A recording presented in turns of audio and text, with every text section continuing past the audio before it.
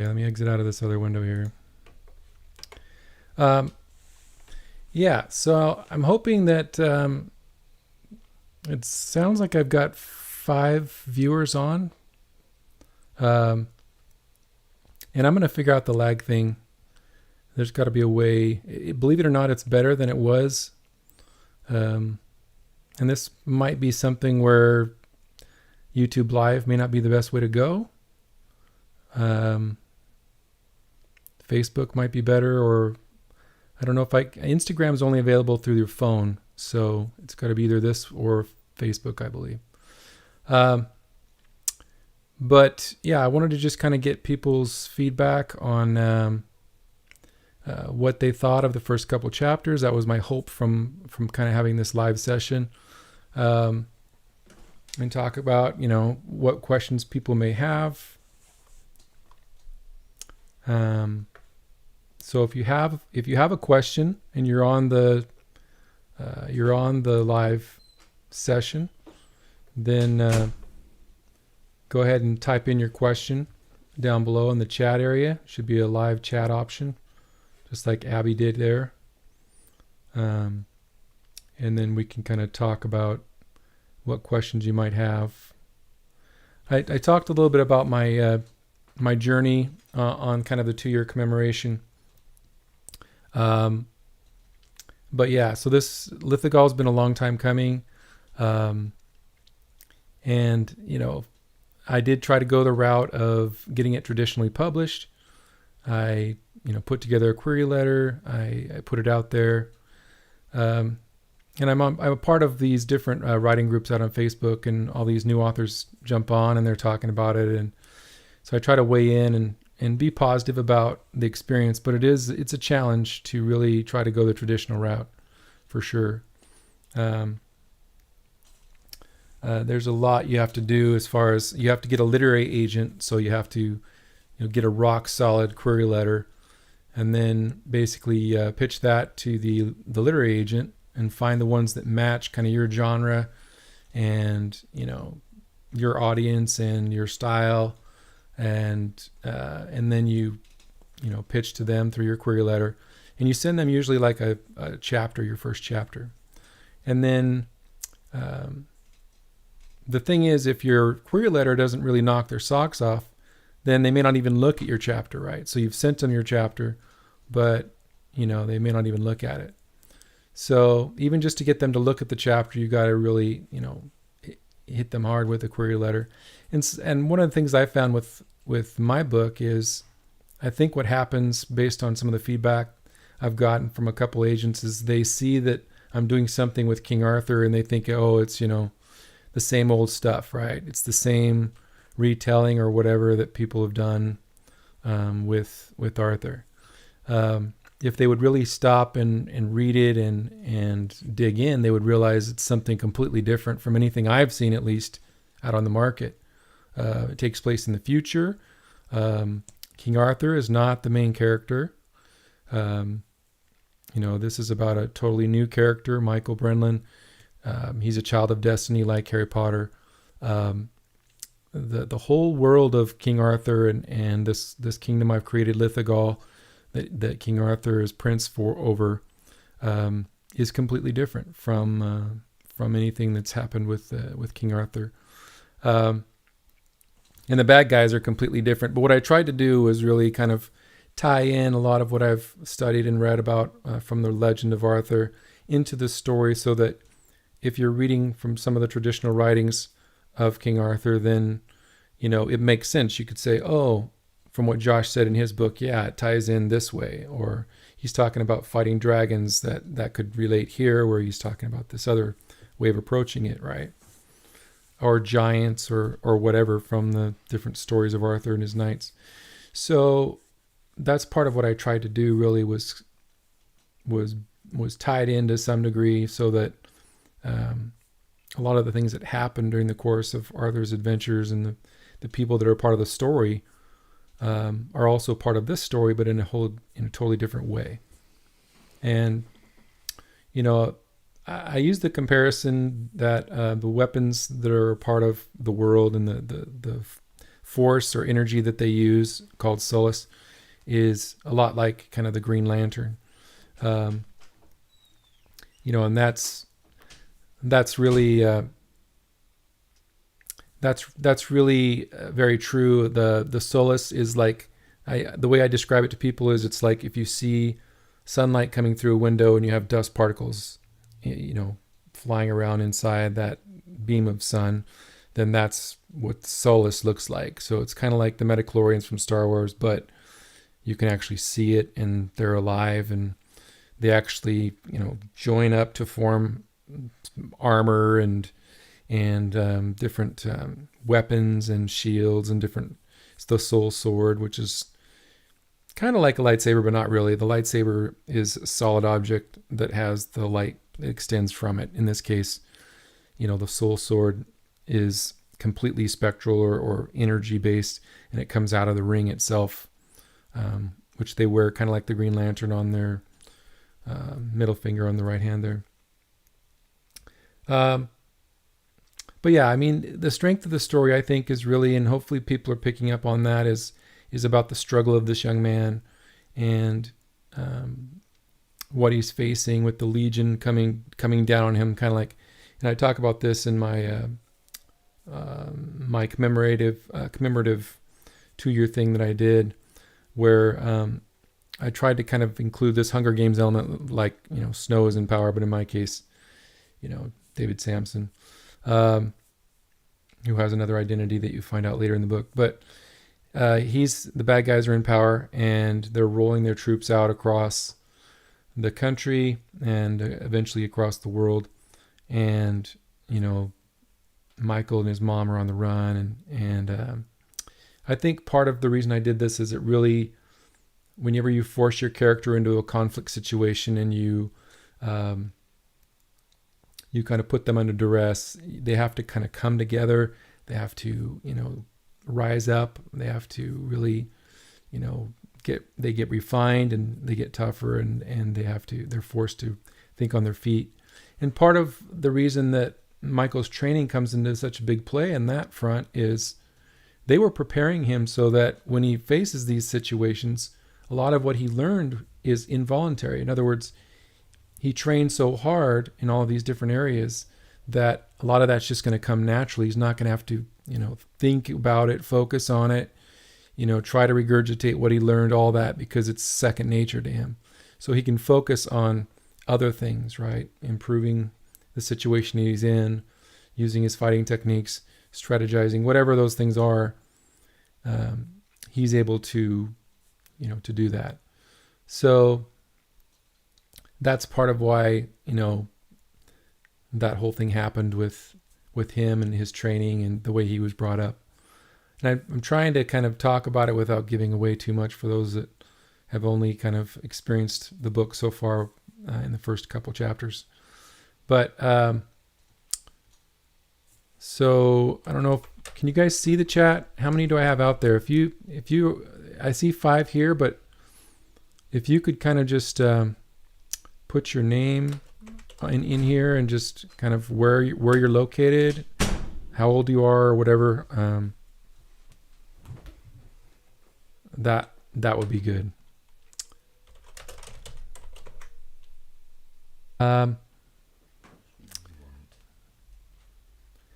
So this is how I've learned about teenagers. I do love them.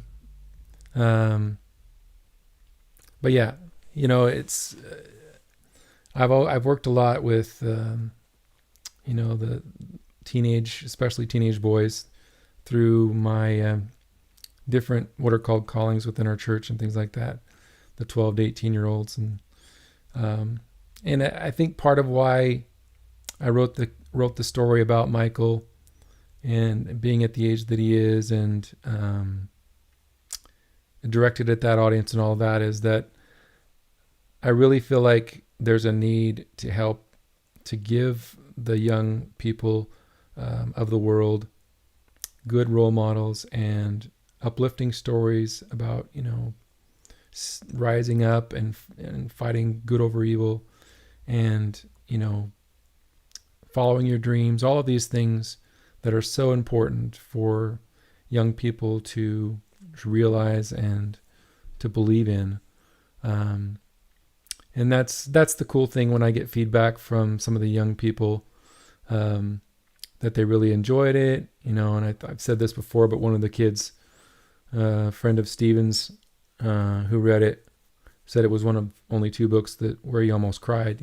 Comments like that really, they hit hard, and they mean a lot to me because, the characters are real for them, if that's the way it is. And, they're vested in the character, they really, they feel for the characters. And, it kind of reminds me of, my boys tease me, I've been on this John Krasinski thing, cause I love, I admire him a lot as a person and what the journey he's been on and what he's accomplished. And, he's just a down to earth guy, and this Some Good News stuff has been awesome. But, he talks about The Quiet Place, and I'm not a horror movie fan at all, but, I really enjoyed that movie. And I think part of what he talks about if you watch any of his interviews is that he talks about, he didn't approach it as a horror movie. He approached it as a movie where, it was all about how far would you go for your children, to protect them. And, as a parent, he calls it like a love letter to his children. Right. So I think that's really, at the heart of powerful writing, is if you can really and he talks about how it becomes scary for people in the audience because they do care so much for the characters. They don't want them to get hurt. And so the scariness comes from the audience, not wanting them to get hurt, not wanting them to get attacked by these aliens and all that. So, yeah, I think that's just a universal principle behind, writing good characters and telling a good story, is making the characters really relatable and deep and flawed at the same time. And those were things that were hard for me at first because I wanted everything to be kind of like perfect and, the character does this, nothing bad, So there was a lot of that I had to learn as a writer, to kind of put your character in trouble and really, put them through it, and so that they can grow from it and so that they're relatable. Because if you have like this, perfect, super powerful, nothing can happen to them character, then it's like your reader's going to get bored and they're not going to enjoy it. So it's important to have it be someone they can relate to, someone that has problems and insecurities and flaws and makes mistakes and fights with others, that doesn't get along with others and things like that. And there's still stuff in that front I think I can improve on, and that's what I'm trying to do with book 2, is kind of bring out more kind of the real interactions and relationships and all that. They're on, but they're not able to chat. Maybe that could be it. Any questions from your crew, Abby? I know you guys were reading it at one point. Have you kind of gone back and just listen to or watch the videos?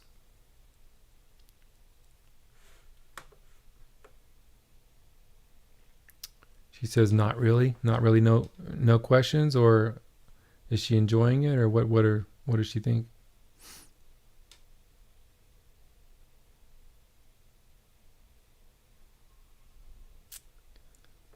Yeah, definitely looking at maybe like Facebook, because this setting is seems really impersonal, and the delay makes it hard, and there's no sound. It's not what I had been expecting.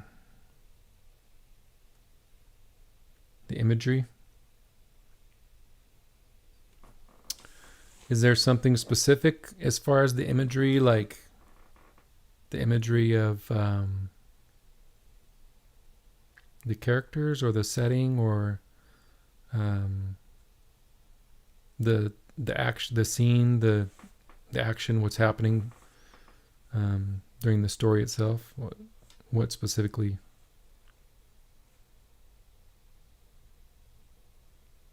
Like the way I describe things, maybe, or just trying to get a better understanding.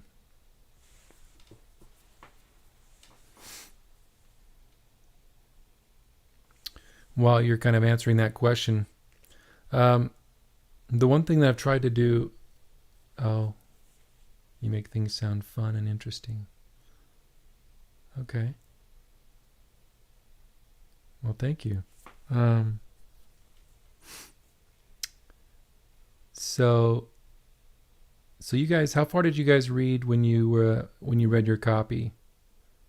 Do you remember what chapter you got to?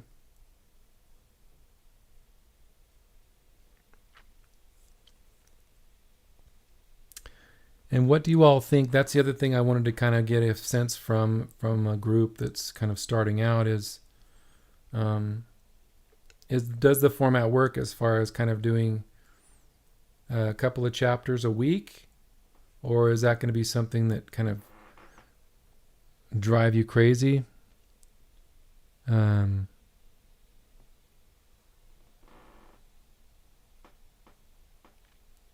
Is it going to be easier? And are there a lot of people you think that are kind of holding off until all of the chapters are out there? And then they're going to do all of the chapters all at once type thing. Because that's one of my fears, is that I'm not getting the audience I could if I had all the chapters out there. It got loaned out. So did you guys watch my YouTube readings of the first 2 chapters yet?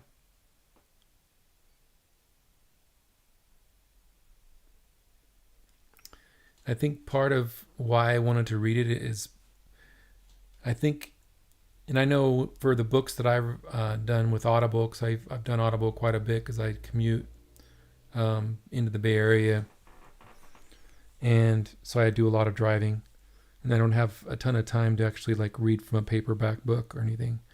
So, but I've been impressed whenever I listen to a book where the author reads it. Because you can tell that they really put, their heart and soul into it, and they read it with a lot more feeling, and it's more, I don't know what the word is, more organic, more kind of, alive. And so that's part of why I wanted to read it. And I think video's a really good actually medium for that, because I try to bring the emotion to what's happening, and the thing that was crazy was when I was reading it this last time and recording it and posting it on YouTube. There was the time where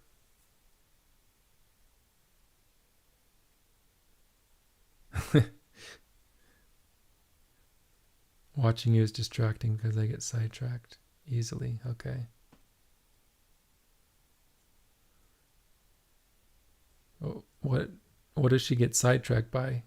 Just watching my expressions versus listening to the words? Is that kind of what that means? This is interesting feedback. Because part of what I am going to do from this,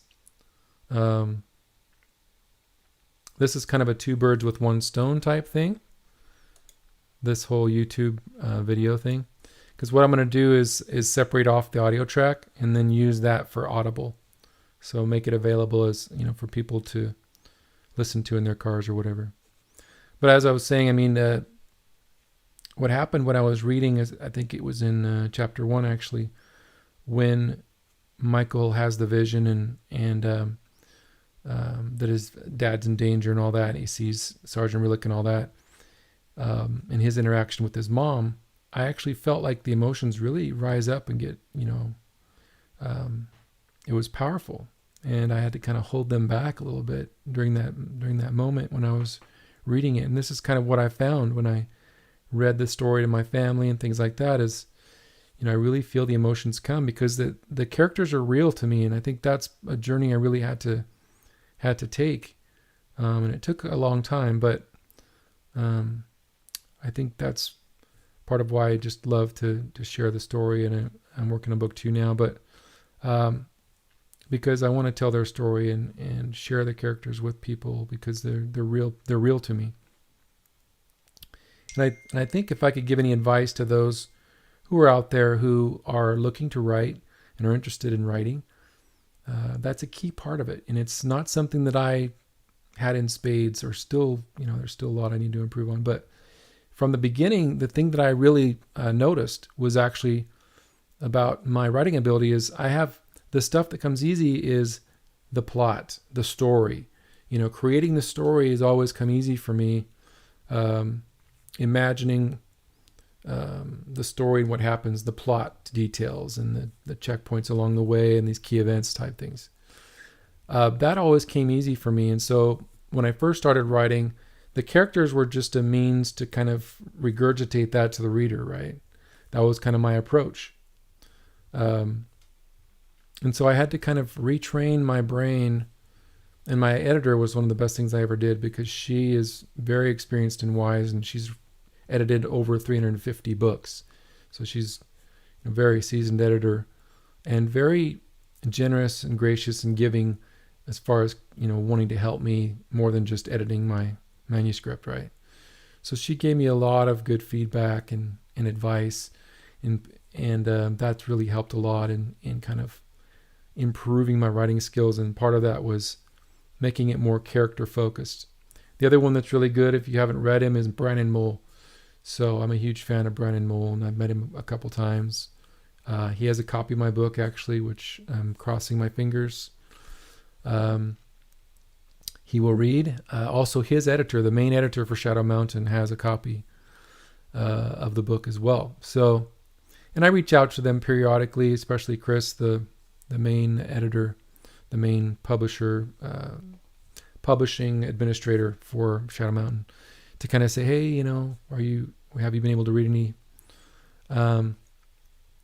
So you never know. I mean, you look at, I think with the first Harry Potter, I think the story goes that some young person that was related to one of the main people at the publishing company or whatever read it, and that's how it got its start. It might be a different book I'm thinking of, and not Harry Potter, but anyway, that's a story that for one of the main top books out there, where that's how it got exposure. So you never know. You just have to continue to try and dream and put yourself out there and keep working on it. So that's interesting feedback about I like to watch you do the voices and stuff. Yeah. Yeah, that's true. I mean, I guess that would be distracting to kind of watch me do the voices and stuff.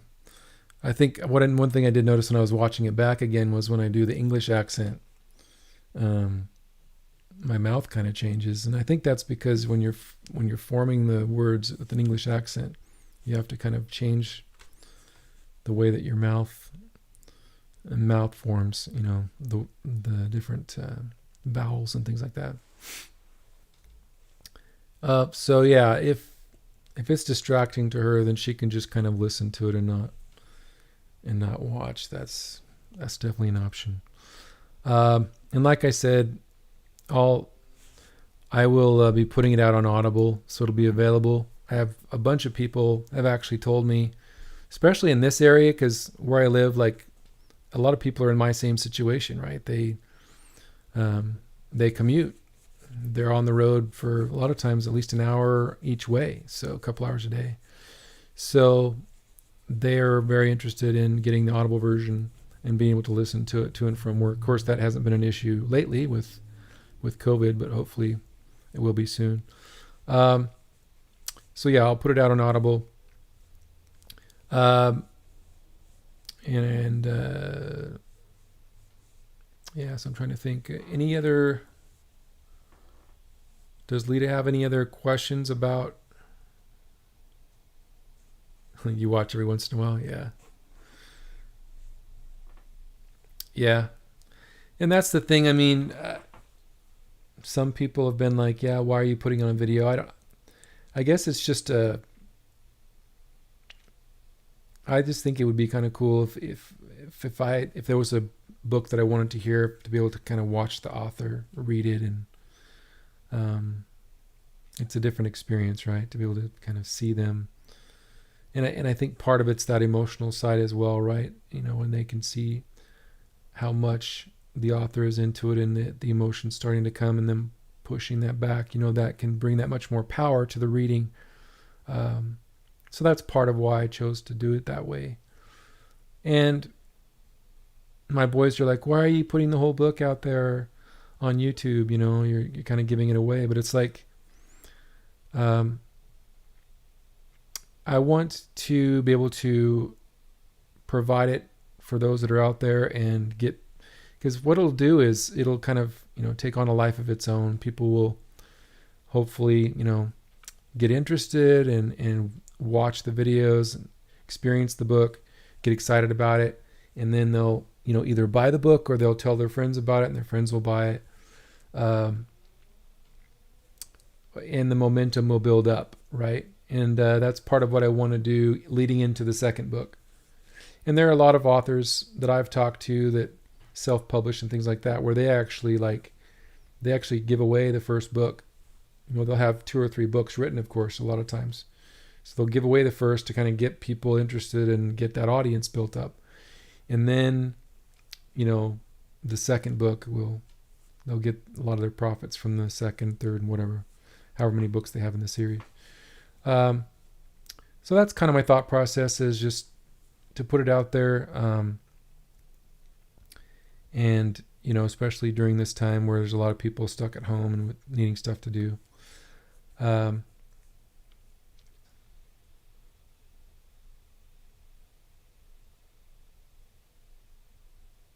She wants me to be safe.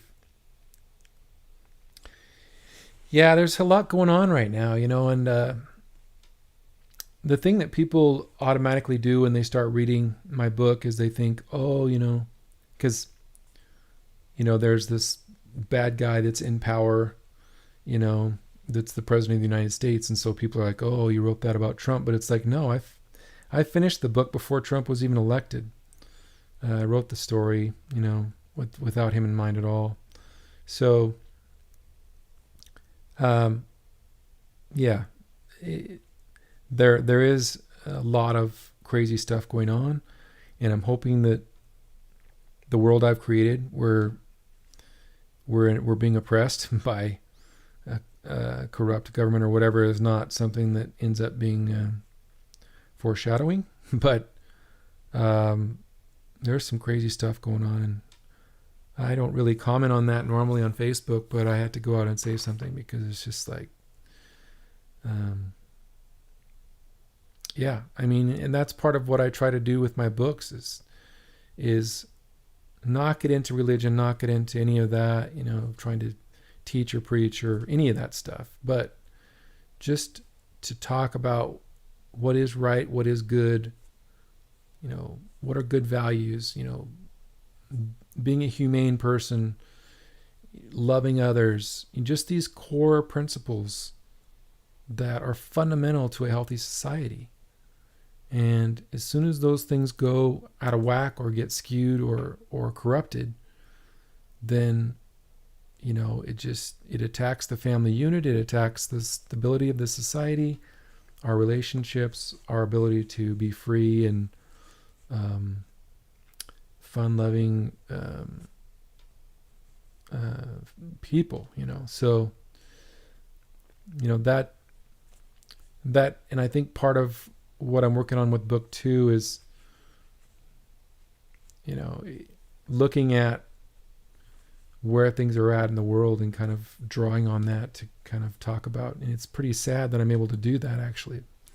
But there are different things that are happening that I could actually tie in with the world that Michael's in and things like that. Not to the level that I'm going to be writing about, but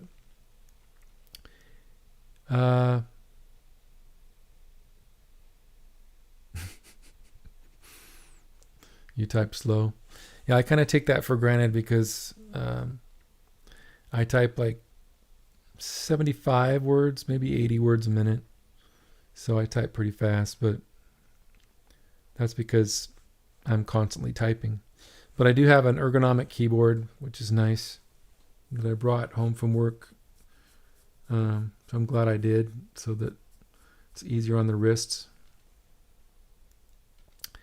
I don't want to make this too long and drawn out. Hopefully I can find a better venue. I don't know that the YouTube Live is the way to go unless I can figure out how to improve this experience, because it just seems so impersonal.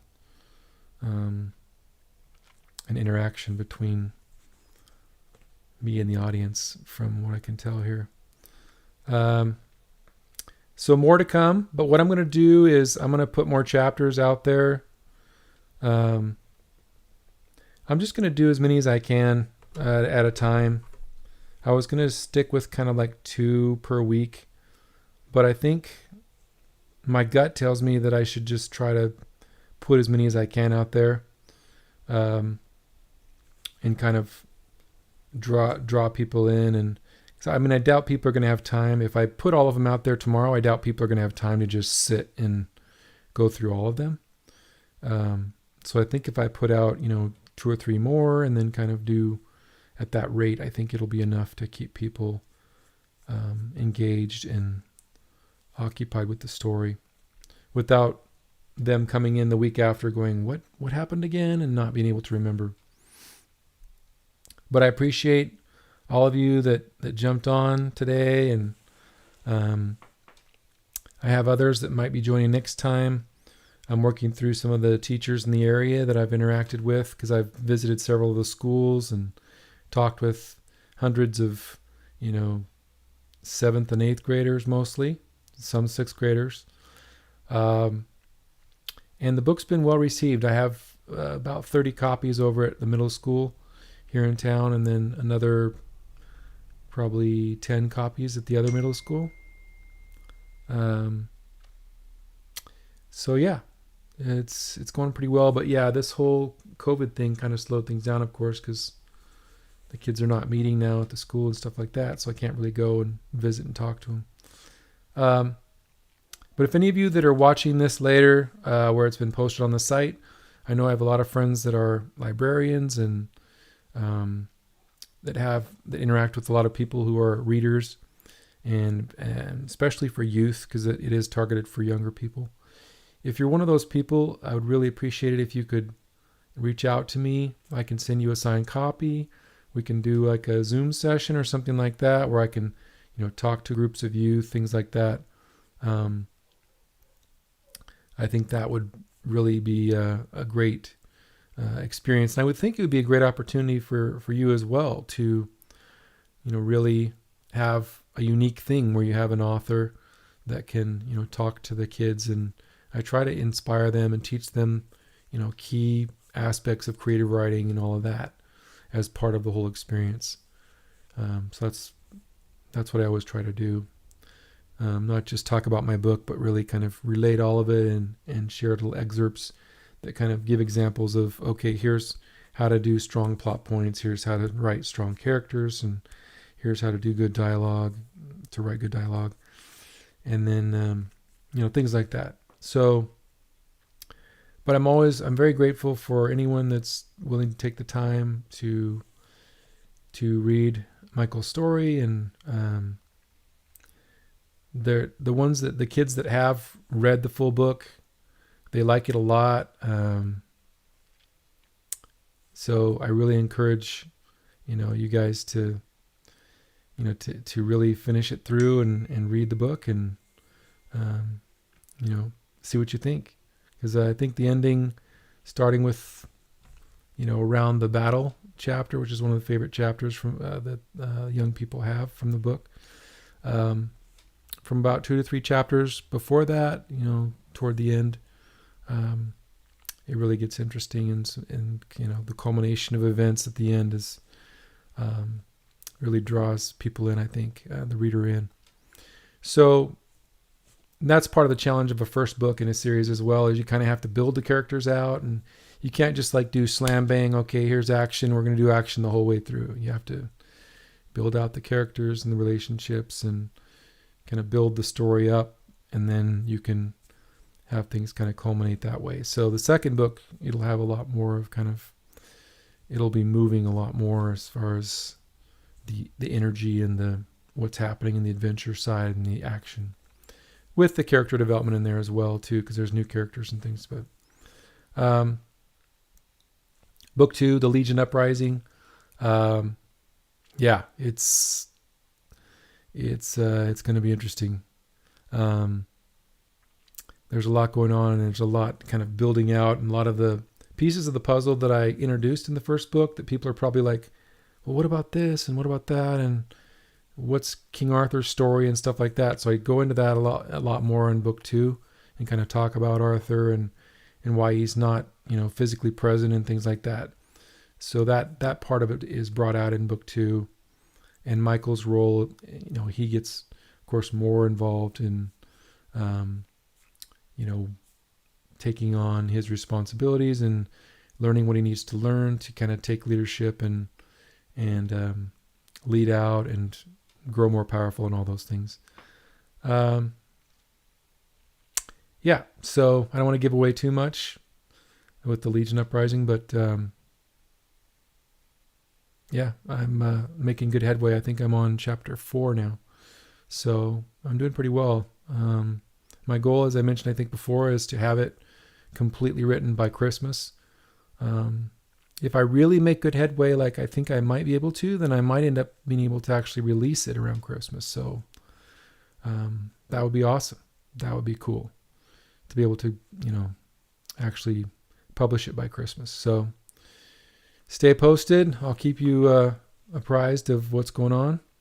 Again, thanks for those that are live and those that are listening later. Sorry for the delay. Again, I'm going to figure out what the best venue is for this, and so look for updates on my website, so joshoelrich.com.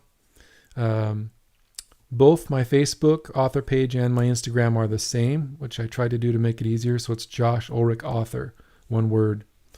So if you're on Facebook or Instagram, it's the same thing. And I know several people, I think, may have been dropped off when I changed my Instagram name. So if you are listening to this, make sure, and you've followed me in the past, make sure you go look again. You might need to refollow me again with the new Instagram address. Anyway, thanks again. Yeah, that would be cool to have Christmas presents. Be able to send signed books to everybody. That would be very cool. We'll see if it happens. Like I said, I'm further along than I thought I would be. I've got another 6 months to finish roughly 15, 16 chapters. So it's a little ambitious, but it's doable. I mean, some days if I really dive in, like if I'm on a weekend day, like a Saturday, and I start in the morning, I can put in 1,000 to 2,000 words. And what that equates to as far as chapter wise, most chapters are about 4,000 to 5,000 words. So, that's a good quarter to half a chapter in one day. So I get enough of those days string together, then, it's doable. You look at Brandon Sanderson, if you've done any research on him, he's crazy. That guy, his books are like, this thick, and he busts those out like fast. Like he'll have a 1,000-page book and he'll bust it out in like, 5 or 6 months. That's just crazy. I don't understand how he does that, especially in a series where you have to like map everything up, and so it all has to tie in across the entire storyline. Yeah, he's a genius. Anyway, thanks again. Thank you all for your support, and if you could do me a favor, if you have read the book, or if you finish the book soon, or whatever, one of the hardest things for me to get is reviews. So, and I think a lot of authors that I've talked to are in the same boat. It's like getting reviews is a challenge. People finish it, they like it, but or if they don't too. I mean, I've told people, I'm like, I want your honest review. I always say that, because I don't want people to go out there and candy coat it and say, well, I loved it and all this, if that wasn't how they felt about it. I want honest reviews. And if I'm being honest, I mean that it's actually better to yeah, true. It's actually better to have honest reviews and a mix of opinions out on your reviews, actually, anyway. Because if someone goes out there to read reviews and all they see is all these glowing reviews, they're going to think, oh yeah, this guy paid someone off, or these are all friends or family, and so they're just trying to help the guy out, right? So I welcome the occasional critical person or whatever that has something to say about this or that, and it's how I learn as well, because there's always room to learn and improve. And so I take that in and I'm like, sweet, thanks for that feedback, I'll look at that. So it's all good.